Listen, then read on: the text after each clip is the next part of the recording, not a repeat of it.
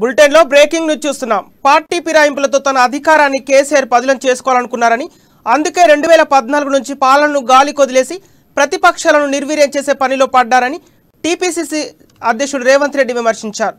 Party మారిన ఎమ్మెల్యేలపై Moinabad police స్టేషన్లో ఫిర్యాదు చేసిన అనంతరం సీఎల్పీ నేత బట్టి విక్రమార్కతో కలిసి ఆయన మీడియాతో మాట్లాడారు. ఒక దళిత నాయకుడు ప్రతిపక్ష నాయకుడిగా ఉంటే చూసి కేసీఆర్ ఓర్వలేకపోయారని, అందుకే కాంగ్రెస్ ఎమ్మెల్యేల ఫిరాయింపులను ప్రోత్సహించారని అన్నారు. ఫిరాయింపు ఎమ్మెల్యేలకు ప్రభుత్వం లంచంగా పదవులు, ఆర్థిక ప్రయోజనాలు చేకూర్చిందని ఆరోపించారు. రాష్ట్ర పరిధిలో ఉన్న ఎమ్మెల్యేల కొనుగోలు కేసులు సిబిఐ విచారణ చేస్తుందని, సిబిఐ అధికారులు బీఆర్ఎస్లో చేరిన 12 మంది కాంగ్రెస్ ఎమ్మెల్యేల కేసును విచారణ చేయాలని డిమాండ్ చేశారు.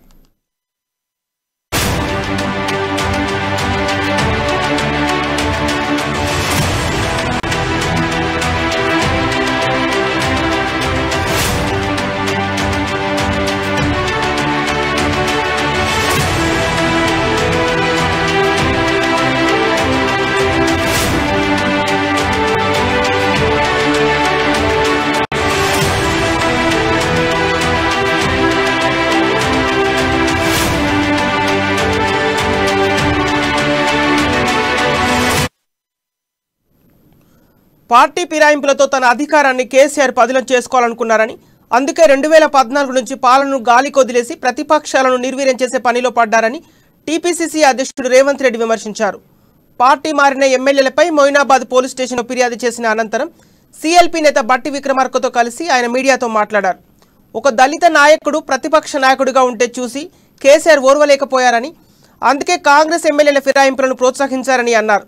ఫిరాయింపు ఎమ్మెల్యేలకు ప్రభుత్వం లంచంగా పదవులు, ఆర్థిక ప్రయోజనాలు చేకూర్చిందని ఆరోపించారు.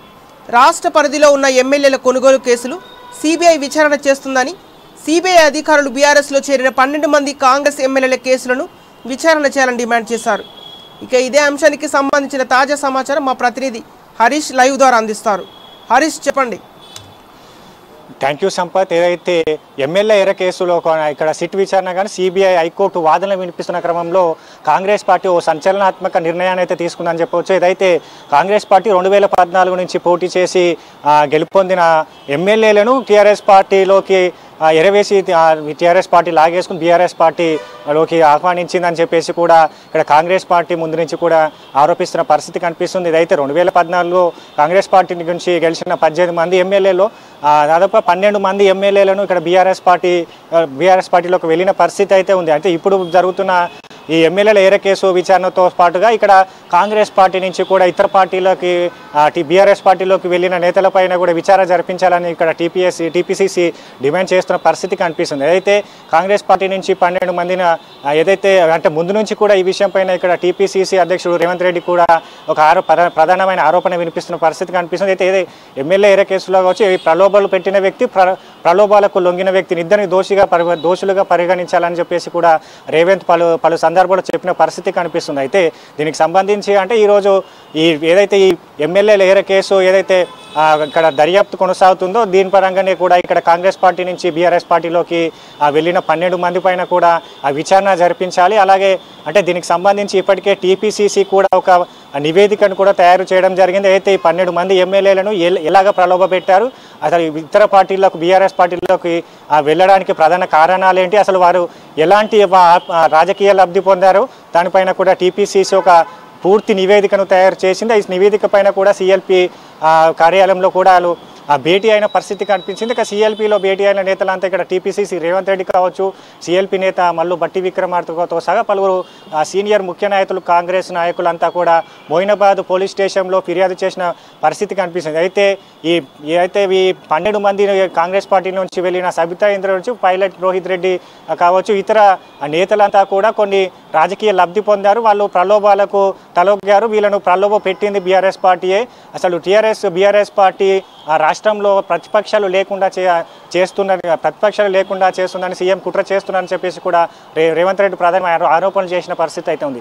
అయితే ఏదైతే 12 మంది అయితే బీఆర్ఎస్ పార్టీలోకి వెళ్లేందుకు వాళ్ళకు పదవులు ఆశ చూపారు. అలాగే ఇతర బెనిఫిట్స్ అంటే మనీ ఇష్యూస్ కావచ్చు, ఇలాంటి విషయాలు కూడా మేము వాళ్ళను చేస్తాం అని చెప్పేసి కూడా దాని నుంచి బయటపడేస్తాం, మీకు ఫేవర్గా చేస్తామని ఒక ప్రలోభాలకు పెట్టారని చెప్పేసి కూడా ఒక పూర్తి నివేదికను అక్కడ పోలీస్ స్టేషన్లో కూడా సమర్పించడం జరిగింది. అయితే దీనికి సంబంధించి అంటే గతంలో కూడా అక్కడ కాంగ్రెస్ పార్టీ ఇక్కడ 18 మంది ఎమ్మెల్యేలను గెలిచిన పరిస్థితి అయితే ఉంది. అలాగే ఇల్లు 12 మందిని బీఆర్ఎస్ పార్టీలకు లాగేసుకుంది. అయితే ఇదే విషయం పైన కూడా పలు సందర్భాల్లో మా సిఎల్పి నేత మల్లు భట్టి విక్రమార్క స్పీకర్తో విన్నవించుకున్న పరిస్థితి కనిపించింది.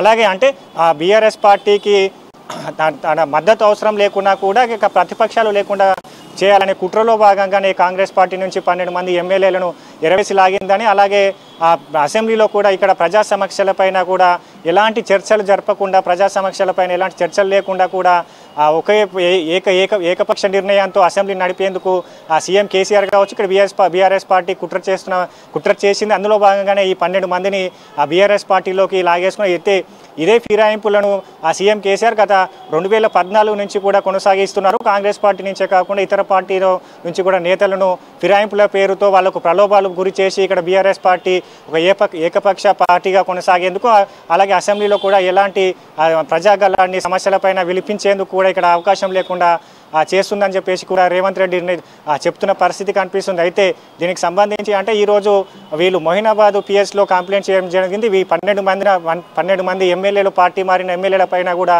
క్షుణ్ణంగా మీరు దర్యాప్తు చేసి వాళ్ళకు ప్రలోభాలు పెట్టినది ఏంటిది, వాళ్లకు గతంలో కాంగ్రెస్ పార్టీ నుంచి గెలిచినప్పుడు ఉన్న వాళ్ళ ఆర్థిక లావాదేవీలు ఎలా ఉన్నాయి, ఇప్పుడు ఉన్న పరిస్థితి ఏంటిది అనే దానిపైన కూడా పూర్తిగా దర్యాప్తు చేయాలని చెప్పేసి కోరడం జరిగింది. అయితే దీనికి సంబంధించి అంటే వీళ్ళను అంటే ఇప్పటికే మేము న్యాయపరంగా కూడా కొట్లాడుతున్నాం. దీనికి సంబంధించి ఇక్కడ ఈ పోలీస్ స్టేషన్లే కాకుండా కూడా సిట్టు సిబిఐతో ఎంక్వైరీ కోసం మేము దర్యాప్తు కోసం మేము అప్లై చేసుకుంటాం, దాని దర్యాప్తు సంస్థలకు కూడా నివేదిస్తామని చెప్పేసి కూడా ఇక్కడ టీపీసీసీ పేర్కొంటున్న పరిస్థితి కనిపిస్తుంది. అయితే మొత్తంగా అంటే ఇక్కడ ఇప్పుడు ఎమ్మెల్యే ఏరే కేసు అయితే కొనసాగిస్తుంది. దీనికి అనుగుణంగానే కూడా వీళ్ళను ఈ కేసును టేకప్ చేసి దర్యాప్తు జరపాలి. అలాగే రాష్ట్రంలో అసలు సీఎం కేసీఆర్ చేస్తున్న అంటే ఇతర పార్టీ ఫిరాయింపులకు పాల్పడుతున్నాడు. పార్టీ ఫిరాయింపులకు పాల్పడేవారు, పార్టీని ఫిరాయించేవారు ఇద్దరిని దోషులుగానే పరిగణించాలని చెప్పేసి కూడా టీపీసీసీ రేవంత్ రెడ్డి ఆరోపిస్తున్న పరిస్థితి అయితే ఉంది. అంటే ఈరోజు అయితే మొయినాబాద్ పిఎస్లో కంప్లైంట్ చేశారు. తర్వాత మేము సిట్టు సిబిఐకి కూడా మేము న్యాయపరమైన పోరాటం కోసం మేము పోరాటం చేస్తామని చెప్పేసి కూడా టీపీసీసీ పేర్కొంటున్న పరిస్థితి అయితే కనిపిస్తుంది. Sampath. Okay, thank you Harish.